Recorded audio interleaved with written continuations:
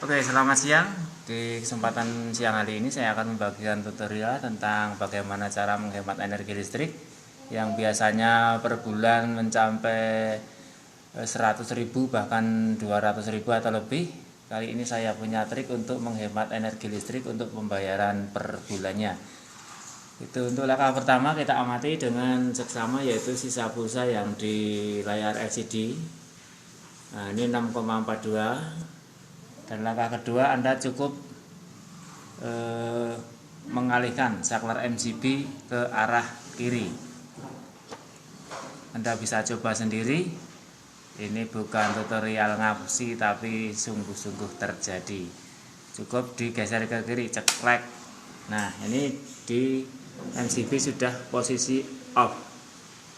Nah, Anda bisa tunggu sampai 1 bulan atau 2 bulan, jangan di on kan, nanti Anda akan menghemat energi listrik untuk pembayaran per bulannya. Kalau sampai Anda percaya, mungkin bisa dicoba. Selamat mencoba.